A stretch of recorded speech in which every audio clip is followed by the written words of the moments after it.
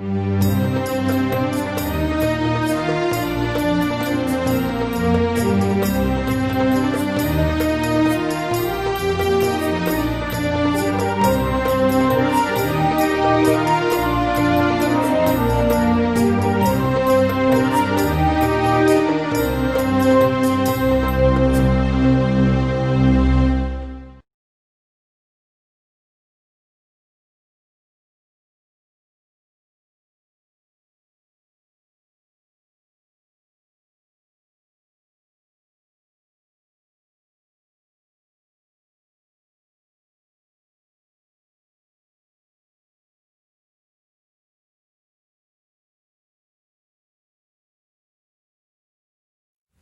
title of the message today is My Judge, My Healer, and for some reason I put part 1 on here and there's no part 2. Maybe the part 2 will come because I'm only covering half of the story today. The continuation today of the Mishpatim, the judgments, it's a carryover from last week. It seems like we're getting these short, random instructions, like civil and criminal codes is what they amount to if you know anything about the law. And they don't necessarily seem like they go together, but they do. It's a very planned approach to our relationships in the body of Messiah. And Yeshua consistently taught the pattern that we'll find in these Mishpatim, in these judgments. And what it's showing you throughout the judgments, whether we're talking about civil or criminal codes in the Torah. I mean, they want to call the Torah law. Yes, there actually are legal codes in the Torah. It's a small part of what Torah is. But when you're looking at what the civil and the criminal codes are for, what it's teaching you is that there's 2 paths you can take as you walk in these codes, in these ordinances, in these judgments. There's 2 paths. There's the easy path, which is to fall into disunity or to seek harsh judgments against one another. And a lot of times we start looking for judgment against one another, or we allow relationships to crumble, not because of anything that Torah defines as sin, but what we define as sin. Someone has offended me. Someone has upset me. Someone has taken something from me. They have sinned against me. But if I were to ask you, where is that in the Torah that they sinned against you, you might not be able to define it very well. That's one of the things about offense. It's really hard to nail it down with the scripture because it's part of your flesh rising up. The harder path, though, is not to take a very quick offense when you feel like someone has transgressed against you. But that harder path is the one that is not suggested to us in Scripture. It is the path that is commanded to us in Scripture. There's no suggesting to it. It's always a command. If you are righteous, then you are commanded to pursue the path of peace. You don't have the option of becoming offended. You don't have the option of picking up that offense even when it's legitimate. If you're righteous, if you walk according to the way of the good and the righteous, then you will leave that offense lying right where it is because you gave up that right when you set your heart to walk in the living Torah. Not only are you commanded to follow the path of peace, you're commanded to run after it, to pursue it.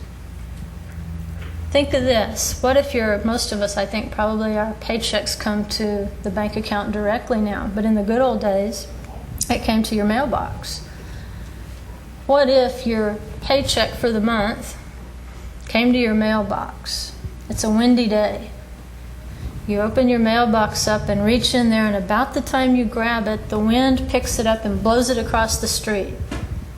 Are you just going to say, forget it, didn't want it anyway, and go back in the house and just forget about the paycheck? No. You would possibly check both ways of the street to make sure a car wasn't coming, and you would take off after that paycheck. What if it kept blowing? It was a really gusty, windy day.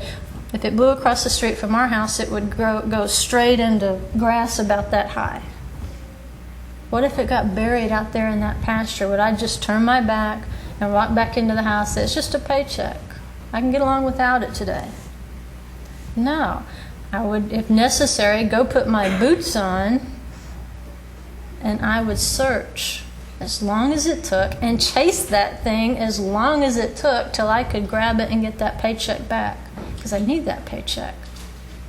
I heard Maynard and Jenny tell it a story one time about a lost deposit that they had to try to track down, and they had to move heaven and earth to find that deposit, but they didn't give up. They had to find it. Most of us don't have the option of losing a paycheck. Well, it's the same thing in the kingdom when you're talking about your relationships. Do you remember the parable of the woman who had the coins and she lost one? And it says that she swept the whole house, she got a lamp, she looked everywhere. She left nothing unturned. There was no piece of furniture that was not moved. There was no crack or crevice that wasn't swept out while she was searching for that lost coin. Why was it so important to her? Remember that headdress I wore at Passover? They would wear something similar to that at a wedding, and attached to it were coins. And this was a gift from the woman's family. They would sew those coins on there as ornamentation. But what it actually did was serve a very practical purpose. That was like her inheritance from her family to hold on to. If anything happened to her husband, or if he was disabled, then she could take those coins as like a life insurance policy or a disability insurance policy, and those coins would sustain her for a few months until she could find some source of income.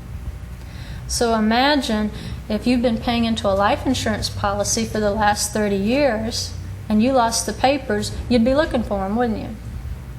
You know, especially, you know, the older your husband would be, the harder you would look for those papers. You know, or the sicker he appears to be, the more interested you're going to be in finding that insurance policy. This woman, remember, in this day and time, there are no insurance policies. There's no guarantees if you fall on hard times. There's no welfare. There's no Social Security. All there is dependence upon the goodwill of people who might have more than you. So she's looking for those coins. She sweeps. She cleans the house because those coins are precious to her. They are her inheritance and they are her security. Each person in this building is a precious coin of your inheritance. We can't afford to lose one coin.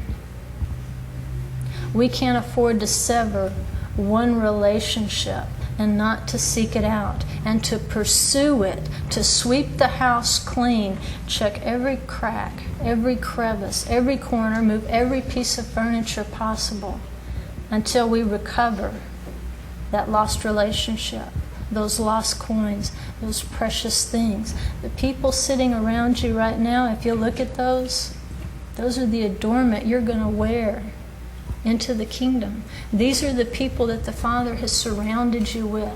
This is your inheritance. This is your family. This is what your family gives you to carry into the kingdom with you. It's your opportunity to pursue peace. We're commanded to pursue peace. This is set down very plainly in Psalm 34:11. It says, "Come, you children, listen to me. I will teach you the fear of the Lord. Who is the man who desires life and loves many days that he may see good? Keep your tongue from evil and your lips from deceit. Depart from evil and do good. Seek peace and pursue it." If you're pursuing something, you're running after that paycheck. You've got to see every individual in the body as your paycheck. And this is also the basis for the closing supplication of the Shemoni Esrei. See how small I printed it on those little cards? You really had to work at it, didn't you? It was elusive. You had to do this, or possibly hand it to someone younger than you and say, read this thing. It's not easy to guard your tongue from evil and your lips from speaking deceitfully. Sometimes you have to find somebody to help you and to hold you accountable for your lips and to say, I've got a problem with my mouth. Every time you hear me say something off the wall, inappropriate, damaging to this body, I want you to check me and say, stop. We'll have a secret sign. We'll have a secret word just between the two of us. And if you hear me say something inappropriate about this body, then maybe it's 2 fingers. You give me the 2 fingers, or the 5 fingers. Don't give bad finger. Some sort of secret sign that you will hold me accountable for the words that are coming out of my mouth, because it's that precious to me. Give me a sign so I'll know to stop before I damage anything. I want to pursue peace. I don't want to wait for the thought to hit me, oh, I shouldn't have said that. Because a lot of times we'll say things and we think it's okay that we said it. But how does it sound to the people around us? You ever been around, go out with people where they're fighting? Maybe a couple's fighting and you don't know what to do? Do you pretend like you can't hear what they're saying to one another? Do you jump in? Absolutely not. Proverbs says that's like taking a dog by the ears. Don't do that. But all these things go through your mind because you're very uncomfortable when 2 people are arguing in front of you. You have to be very careful. We don't necessarily know how we're being perceived by the people around us, but that person who we've set apart to hold us accountable, they'll know how it hears to others, and they can give you the sign, stop it. Just shut up right now before you go any further. That's a good thing to do, to hold one another accountable, because that's love for the body. Now in 1 Peter, this commandment to pursue peace is renewed. 1 Peter 3:8-15. Finally, all of you be of one mind, having compassion for one another. Love as brothers, be tender-hearted, be courteous, not returning evil for evil or reviling for reviling, but on the contrary, blessing, knowing that you were called to this, that you may inherit a blessing. For he who would love life and see good days, let him refrain his tongue from evil and his lips from speaking deceit. Let him turn away from evil and do good. Let him seek peace and pursue it. For the eyes of the Lord are on the righteous, and his ears are open to their prayers. But the face of the Lord is against those who do evil.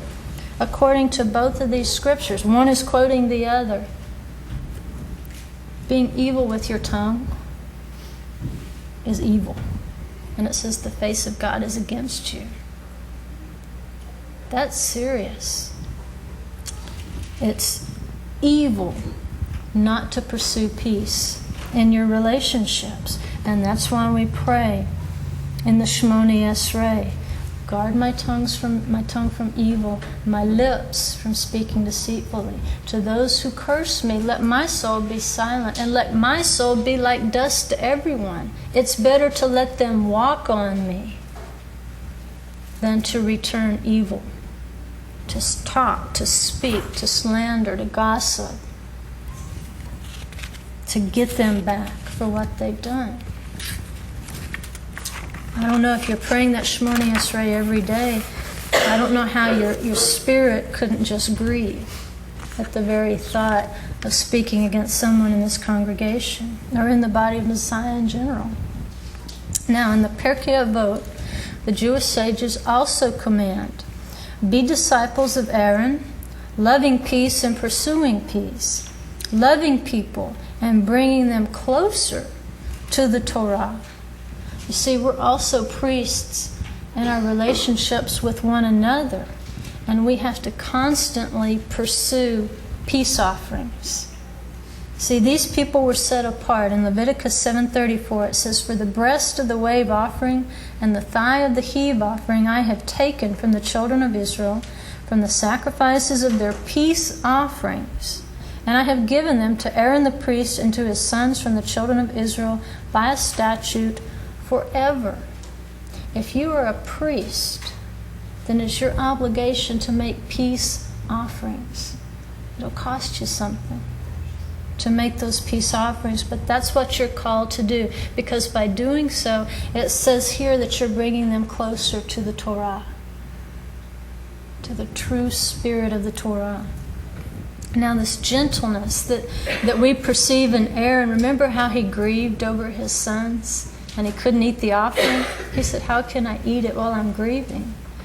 Now, he was courageous. He went ahead and served in the temple. He did what he had to do, but his heart was broken. He still had to offer those offerings. But that gentleness of his heart, that in Jewish child rearing is seen as the ideal way to rear up a child. Because being a disciple of Aaron is to pursue peace first. That doesn't say that you will never have to judge the child with harsh punishment, because sometimes you will. But the whole foundation of peace rests on that principle of judgment. In Jewish culture, it's seen as better to correct a child by making him feel as though the bad behavior is beneath him. They'll say something like, that behavior, that's really beneath you. That's not my child. That's not the child I know. I don't know what brought that behavior on, but that's not who you are. They always preserve the dignity of the child first if they can. They inspire the child to do better because the child thinks that you think he's this much better than how he's acting. And a child will want to measure up to your expectations. If your expectations are that high, you're going to get less. Go ahead and raise them up here, because you might get this, but it's better than that down there, right? They're going to try to meet your expectations. If you think they are good, if you think they are walking on the path of the righteous, don't be blind to their misbehavior, but make them understand that that misbehavior is beneath who they are in Messiah. And there's only one way that this particular plan of pursuing peace in their discipline will work. Your holiness has to exceed theirs. They have to hold you in higher regard than they hold themselves, because you have to instill in them that esteem when they must hold you up as an example. If they do not respect you, if they do not see a consistent pattern of increasing holiness and self-discipline and self-judgment in your own life, and your constant striving to excel and to do better and to meet higher and higher standards, then you cannot use that technique on them, because they will not accept it. It'll be hollow. They know a hypocrite when they hear one.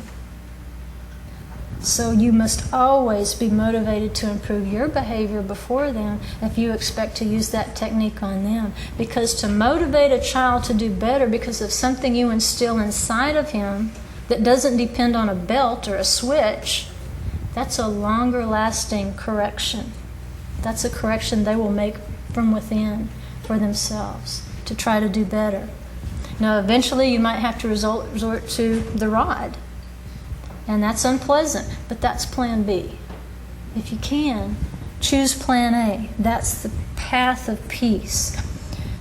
Peace apart from the harsh judgment should always be the first choice. To show mercy, to demonstrate the ability to compromise. Not compromise according to the word, but we all know there's a word and there's a million ways to walk it out, right? You can actually compromise on how that's going to be walked out, as long as you don't ever violate the plain sense of the text. That's the first rule of biblical interpretation. However you're interpreting this verse, it can never violate just the plain sense of what is right there. But beyond that, there's a lot of flexibility. There's a lot of compromise. And mercy should always triumph before the judgment occurs. The first course of action is to be compassionate, kind-hearted, tender-hearted, forgiving, emotional, before judgment goes forth. Now, the second course of action, plan B, is public judgment. We've read about the punishment of stripes. We've read about judgments that take place before the people. They're going to have to be brought before a court so that a decision can be made. Once it's brought to a court, it's very public. It's public record, and everybody will either know your transgressions or your innocence when it's over. There's not much compromise there. If you're going to arbitrate, you do it before you get to court, because once you get there, you can't settle out of court. You're already there. Both Paul and Yeshua taught this process of pursuing the peaceful compromise first before you take it to court. Because in court, all you can go by is legal evidence. You're going to have the verbal testimony of the witnesses, and then you're going to have the physical evidence.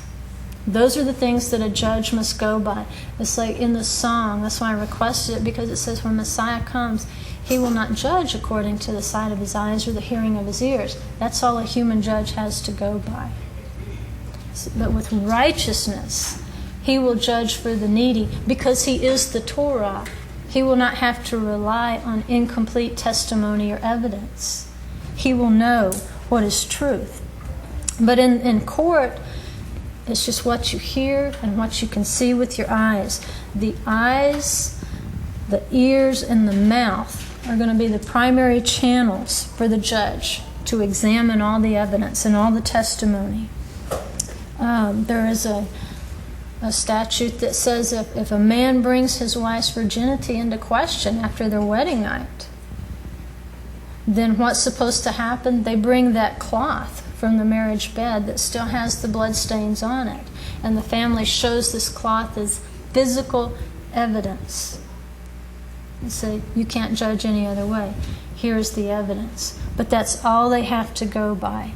Testimony of the witness and what they see. But a lot of times in this process, because it can be incomplete, we've all heard of circumstantial evidence, and then the person turned out to be innocent. It just looked bad. Bribery is one way that this process can be corrupted. A judge who takes a bribe perverts his judgment, and it may not even be a conscious perversion of his judgment. It could be money. It could be somebody that just walks up to you and says, I want you to rule this way, and here's $500,000. That would be nice. But yeah, $500,000 would probably pervert my judgment. So can I take the bribe? No. In fact, in Jewish law, if you brought a poor man to court, then you had to dress him equally as well as you were dressed, or you had to dress in rags like him, so that the judge would not be swayed by what he saw before him. Nothing other than the testimony could force a conviction. But the bribe, it says, in the Torah portion, will pervert the words of the righteous. Now, how can you pervert a righteous man's words? I don't think it's talking about the words. I think it's talking about the righteous. So he will judge according to righteousness. He is righteousness. So what we pervert in the judgment when we take a bribe, whether it's money, whether it's friendship, whether it's things that someone will do for us, we've all taken some form of bribe. I've taken bribes for the status quo because it was comfortable. How many of us have taken a bribe just so things will remain comfortable and won't upset the cart? There's always some price that we have. But Torah is here to correct that, so that we will not take bribes and pervert the words of the Torah. We have to judge according to the plain text. If we take the bribe, then we're going to fail to see the evidence properly. And so it's for this reason, Isaiah 11:1. It says, Then a shoot will spring from the stem of Jesse, and a branch from his roots will bear fruit.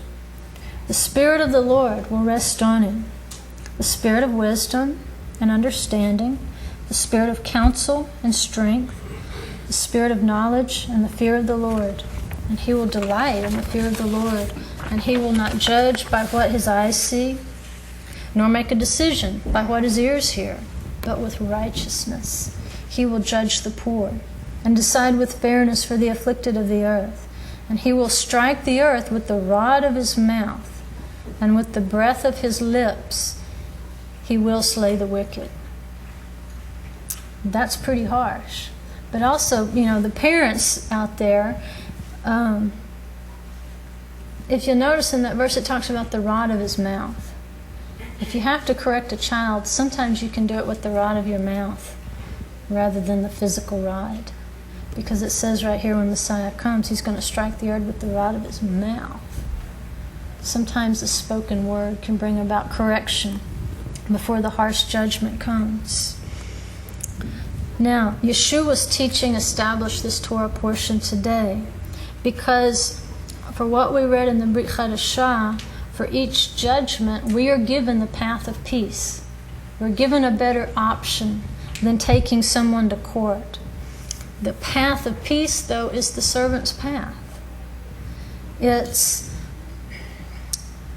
not just Torah judges who are supposed to pursue the servant's path, the path of peace. It's every single one of us, because every single one of you is a judge.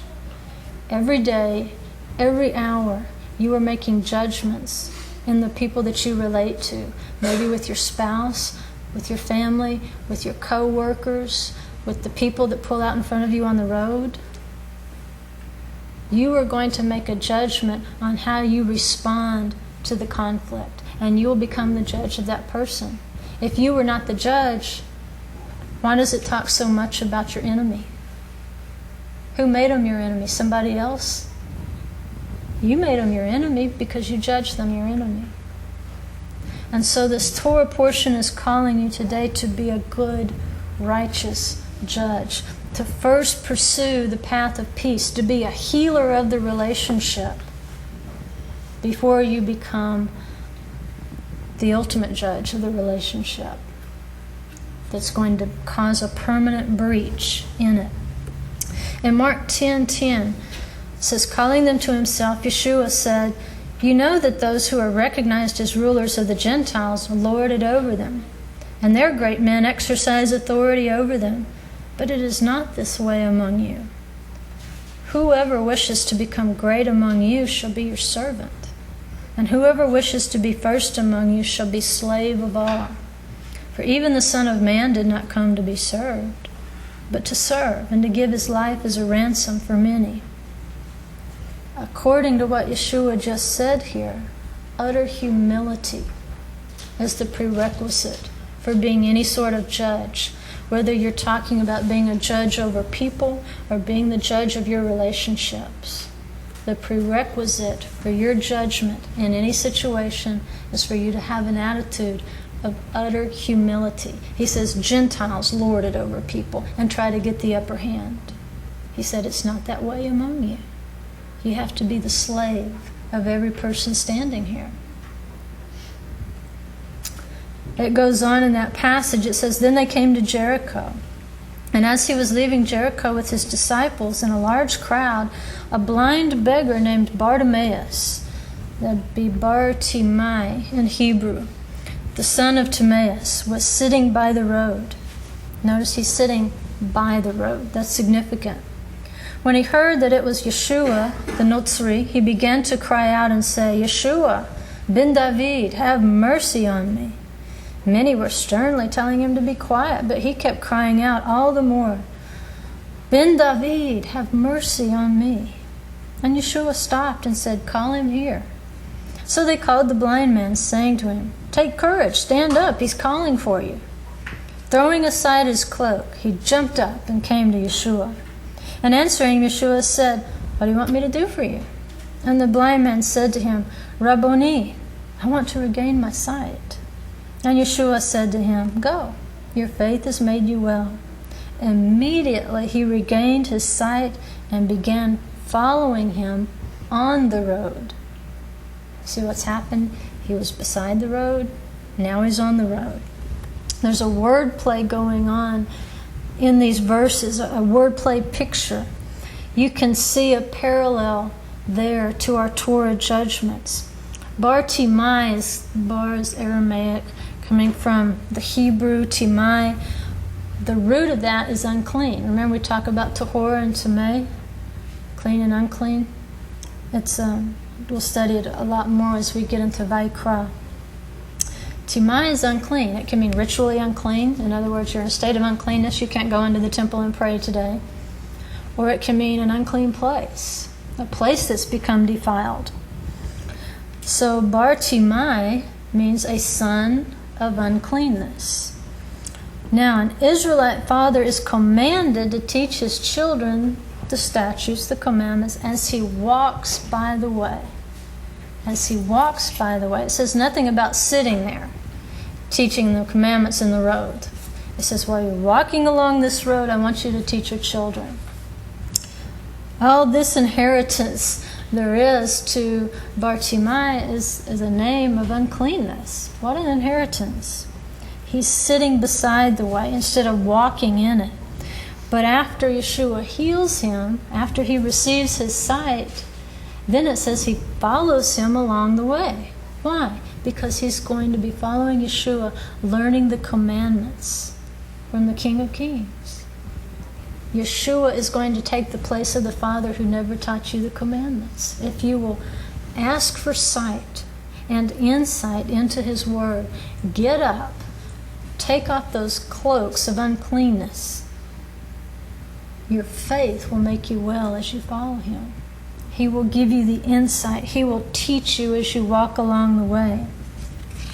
Don't settle for sitting by the side of the road with the lame people, the blind people, the deaf people, the people who don't have the ability to walk in the way. Don't sit over there with them. Have mercy on them, but don't sit with them. Get up and walk. I was telling Karen one time about David Stern made a quote in one of his books. He said that Messianic Jews are in a unique position. They have a chair called Christianity here, and they have a chair called Judaism here. And they're trying to sit down in between these two chairs, but there's not a chair there. There's no place to sit between Christianity and Judaism. And Karen said, well, we're not supposed to be sitting. We're supposed to be walking. And that's true. If you are Messianic, you're not supposed to be sitting in a chair called Christianity or a chair called Judaism. You're supposed to be on your feet, walking in the way with Yeshua, so that he can teach you his commandments. Because what you're going to learn here and here is a lot of tradition. And you're going to have to peel through a lot of tradition to get straight to the Word. And that's the benefit of following Yeshua and the Torah directly. You don't have to cut through all that junk. He'll just teach you as you walk by the way. But in this Torah portion and in the Brit portion, there's two types of people.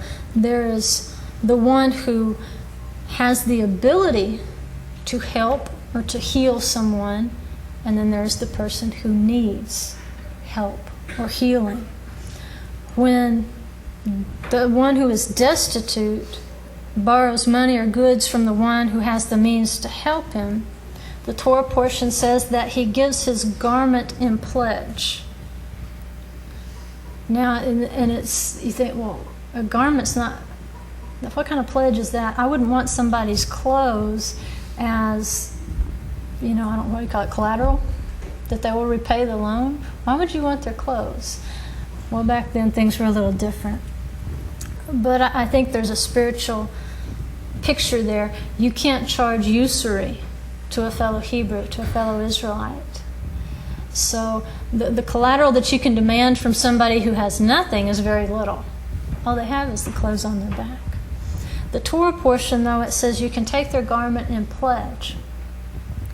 And we know that covenant clothes are a symbol. And if you're caught short, if you're put in the position of having to borrow someone, that it might be there's some activity going on in your covenant relationship with the Father that needs some examination. Something that needs consideration.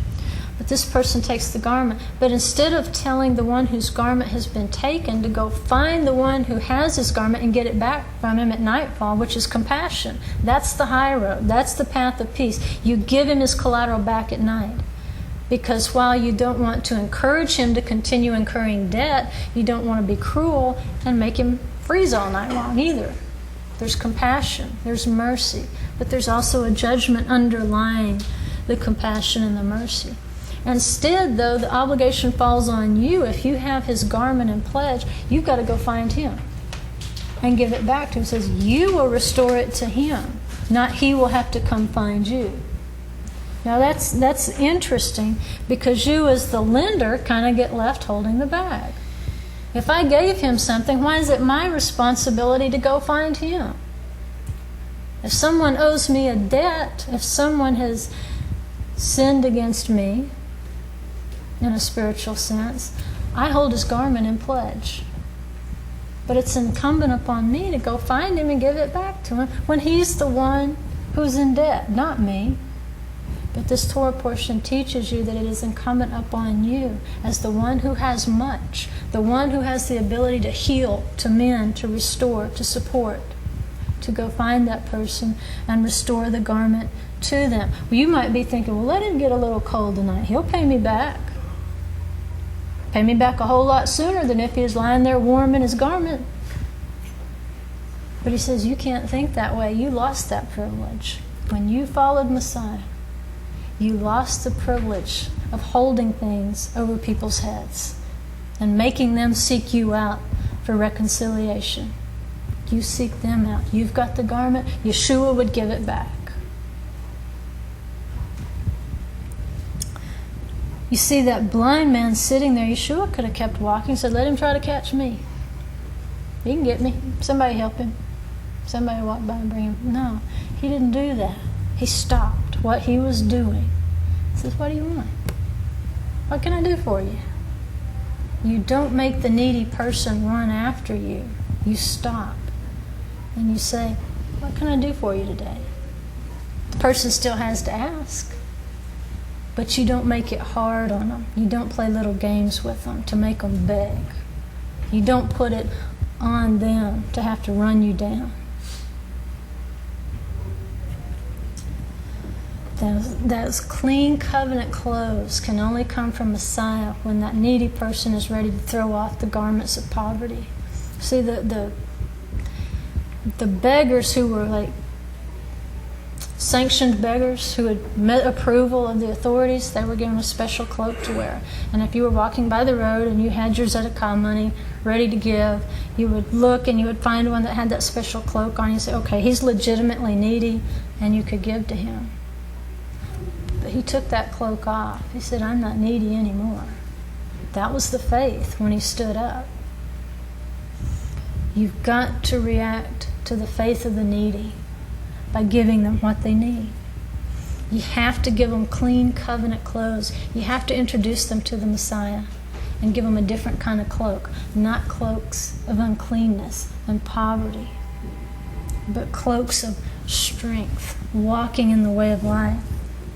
It also says if you see your enemy's ox or ass wandered away, that you have a unique opportunity. You've been chosen to restore that animal to them. What an opportunity to restore that breach to your enemy. You see, this is your enemy. How are they your enemy? You've judged them your enemy. Otherwise, they wouldn't be your enemy. You've just made that judgment. And all of a sudden, here goes his ox walking across your yard. Okay, let's say it's his car. It's fallen out of park and it's rolling slowly down the street. Now you believe you can jump in that car and stop that car before it hits a wall at the end of the street. But that's your enemy. It's what he's got coming. That's God's judgment on him. Right? Isn't that what Torah is teaching? Just let the car run into the wall. Let the ox just wander on out into the desert. No, this Torah is teaching you, stop that car if you can, because that's the only way he has to get to work. Stop that ox if you can. It's the only way he's going to plow his field and have anything to eat next year. You have been chosen by the Father to restore that ox or that ass to your neighbor. You can be a repairer of the breach that is between you. You're going to have to possibly even pursue that animal. You ever try to catch a cow that didn't want to be caught? I mean, you might as well go ahead and get in the truck and just drive after them until they get tired, because they have a dozen little tricks. You know, unless you can finally get them run up in a pen. And how many pens have you seen in Israel? You know, it wasn't an easy thing necessarily to catch that ox and restore it to the neighbor, but it might be because you went so far out of your way to restore that ox that you can heal that breach, because they're going to appreciate it that you brought it back. It also says if you see your enemy's ass that has fallen under a burden, you must help him unload the animal and help it back to its feet. Now, not only is this an act of mercy to the animal, this is also an opportunity. You've been chosen to make peace. Now, it doesn't say you went and you ran after your neighbor just waiting for his donkey to fall. It doesn't say that. But the Father is going to set up an opportunity for you to repair the breach with your enemy. He is going to allow you one day to see his ass fall under a load. And what you have to do is put aside all the hard feelings, all the angry words that were spoken between you, and you've got to walk up to that ass, and together you have to start untying knots. And you know what the neat thing about that is? You're both on your knees, face to face, untying knots. This poor little donkey has fallen under his load, and you're going to have to kneel down there and start untying those burdens. And you're going to have to look at each other. It's going to be difficult for you to just sit there and untie knots without speaking to one another, isn't it? You're going to have to say something. You must say something, because that was your opportunity. You were chosen to heal the breach. You were chosen to take the first step, to pursue the path of peace. And together, you are going to untie the burdens of that broken relationship. And you're going to let it fall to the ground. You're going to heal it. You're going to be the judge, and you are going to be the healer of that relationship. You know, Yeshua even instructs us, if we have something against our brother, we go privately to him, face to face, and talk to him. Most congregational blow-ups and church splits could never happen if we forced one another to follow that Torah. That you go and you look face to face with him on your knees, and you start untying that burden together. It doesn't matter who's right or wrong. You untie that ass together, and you let it fall. That's the first step. Pursue mercy. That's Torah. It's going to be very difficult for you to remain angry with your enemy if you're performing a task of mercy together, face to face. The best way to heal a breach is for you to go with that person you're angry with and perform an act of kindness together. How can you remain angry with someone who's just as good-hearted as you are? Face to face. It says, I'm going to read it verbatim, "If thou see the ass of him that hateth thee lying under its burden, and would forbear to help him, thou shalt surely release it with him." By releasing the helpless animal from its burden, you're releasing your enemy from the judgment at the same time that you release the animal. See, it's together. In the Hebrew, you're releasing both your enemy and the donkey at the very same time. He always gives us physical objects to focus on so that we will master the spiritual precept. That's what's going on there. It's as though you've convicted him, you've tried him, you've convicted him. So now what do? As you release that burden together, you're giving him parole. You're giving him early release. You're giving him a full pardon, hopefully. You know, so, well, if he messes up again, he's going right back in the prison. That's parole. But what if you just gave him a full pardon? Said even if he messes up again, we still start from square one. That's what you're called to do, to release him from that judgment. You know, it says in the Shemona Esrei, you support the fallen and heal the sick of your people, Yisrael. That's because the judge becomes the healer. If he's a righteous judge, he's a healer of the breach. He pursues peace when he gives to the poor. Being poor is nothing more than not having the power to acquire for yourself what you need for physical and spiritual life. That's why a rich man can be destitute. He might be rich in physical things, but spiritually he does not even have the power to acquire for himself what he needs from that tree of life, from Yeshua. So he's destitute. Even John the Baptist had moments of doubt about Yeshua, because Yeshua came teaching the path of peace first.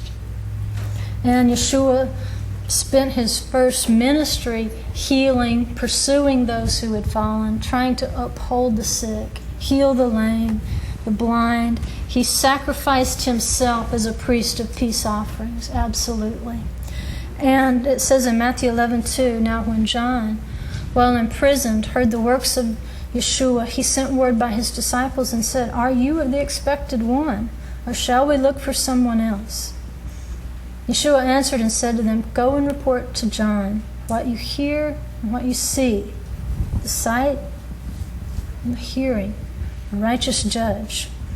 The blind receive sight, the lame walk, the lepers are cleansed, and the deaf hear. The dead are raised up, and the poor have the gospel preached to them.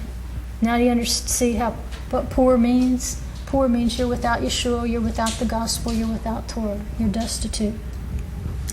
But that ties into the theme of the righteous judge being blind and deaf to bribes, for judging the poor of the earth.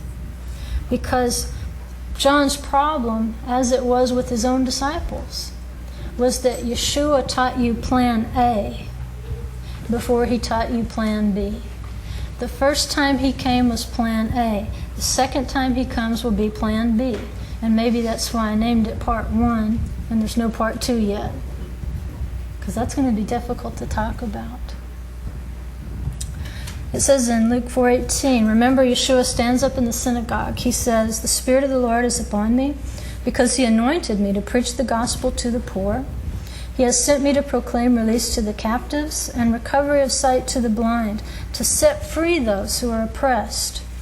He's untying the burden, letting it fall. But that's where Yeshua quit reading. And that's what confused so many people, because the verse does not end there. His first message was one of peace and healing, not of war. But that verse goes on to talk about a warrior Messiah. This was the Messiah that people were looking for. They were looking for the sword, not for peace.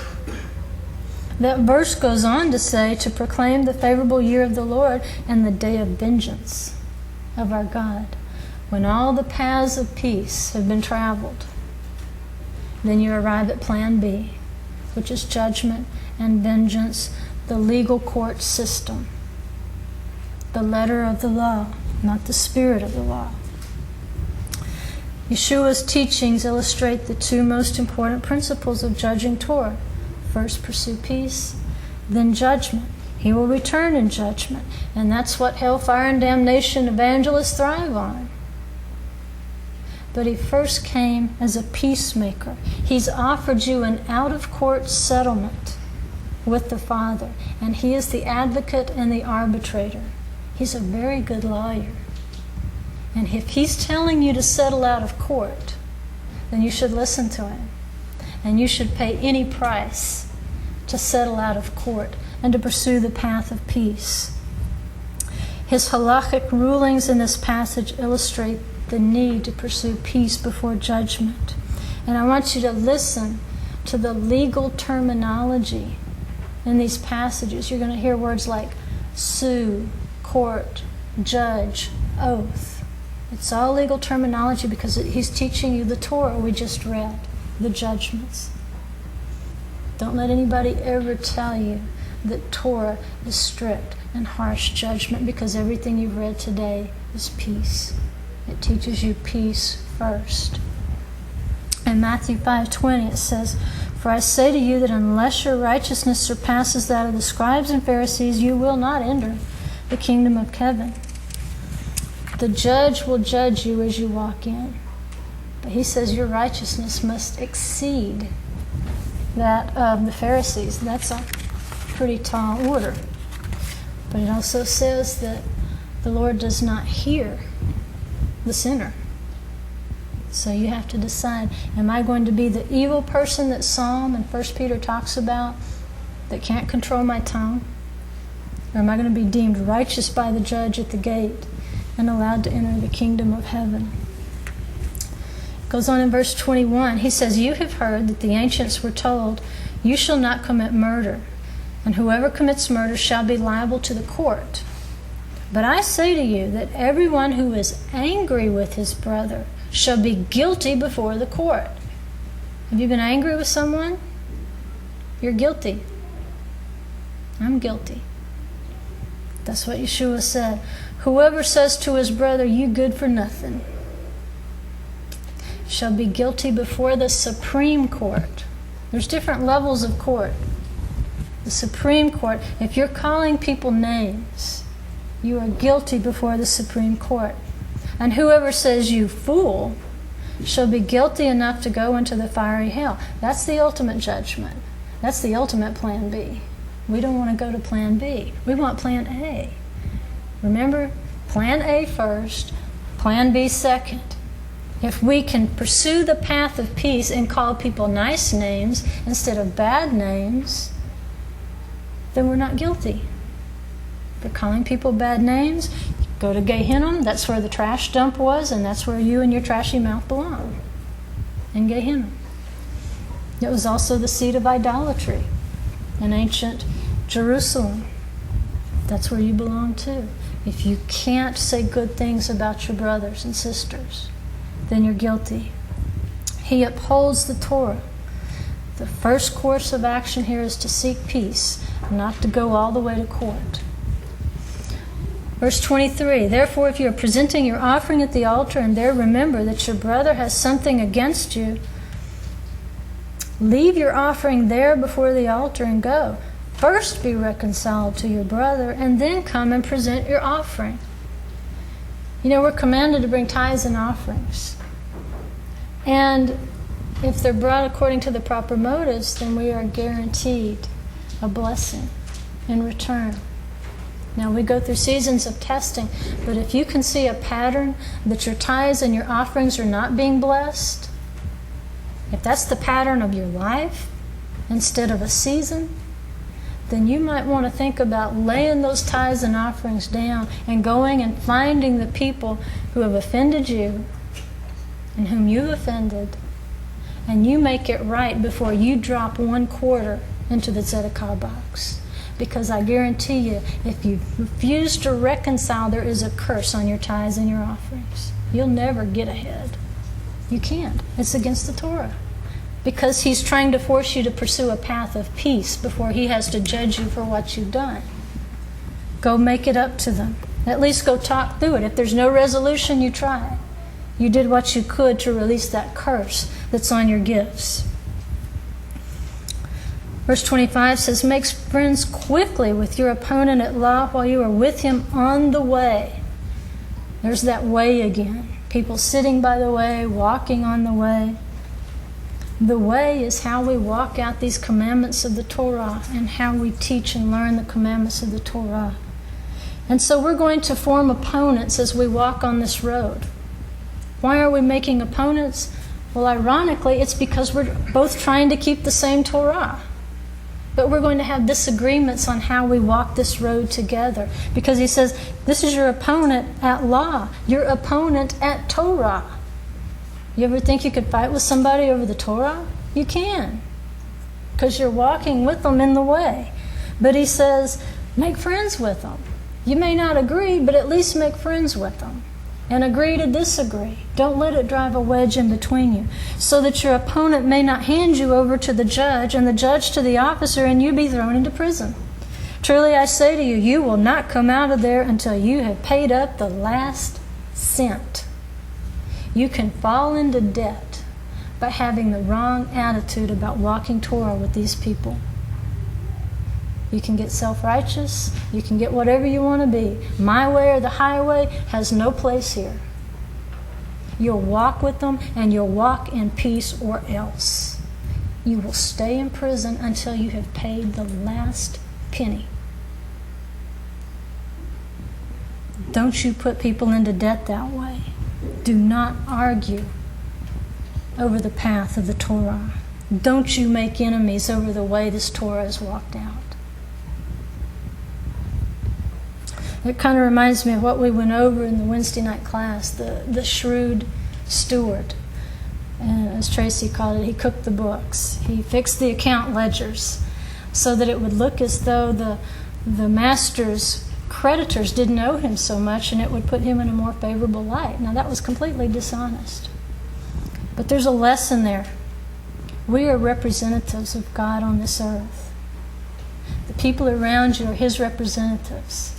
And so when someone sins against you as God's representative, they're also sinning against God.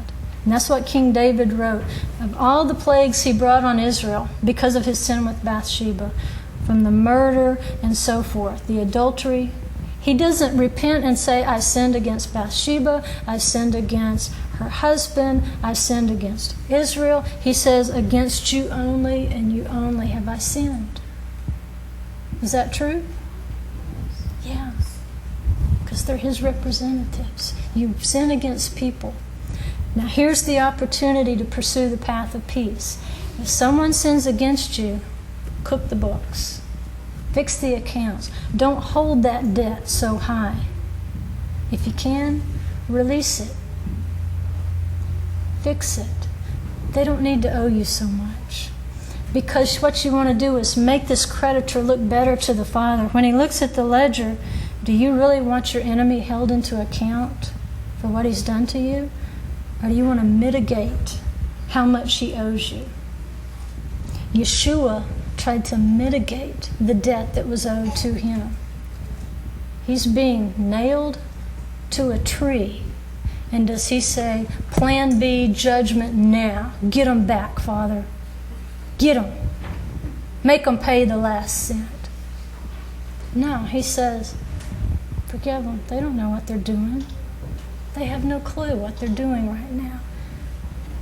They have sinned against me, but they have sinned against you. But I want to mitigate their debt. I don't want them to owe me so much. I don't want it held against them.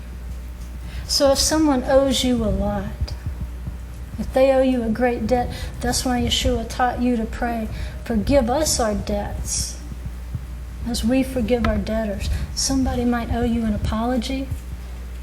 Go ahead and blot it out of the books if you can. If you can't, at least pursue the path of peace and go talk to them and say, this really offended me and I'm having a hard time getting over it, but I want you to know I forgive you. And forgive me for not coming to you sooner and letting you know how I felt, because I think you need to know how I felt about this thing. I know you wouldn't do it on purpose.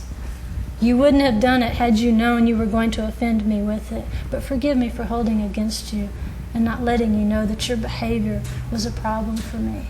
Because the longer you hold it and don't say anything, the more sin you fall into. You forgive that debt. You pursue the path of peace with them. You be a disciple of Aaron. And then you can ask the Father for mercy. You can ask Him to release your debts much more easily if you've just forgiven someone a debt. He says, nor shall you make an oath by your head, for you can't make one hair white or black, but let your statement be yes, yes, or no, no. Anything beyond these is of evil. And he's not talking about someone saying, hell yes. That's not what he means. He's talking about a legally binding statement. That's what an oath is, a legally binding statement. Have you known people that were quick to go to court? Same people are probably going to be quick to judge. They want to invoke Plan B before they ever consider Plan A. That is the characteristic of Plan B, people, and they're evil. If they're pursuing Plan B before Plan A, they are evil. That's what those verses that we first read calls them. He says, if anyone wants to sue you and take your shirt, let him have your coat also. It says, rather than drag someone into court, settle out of court if you can. Do what you can.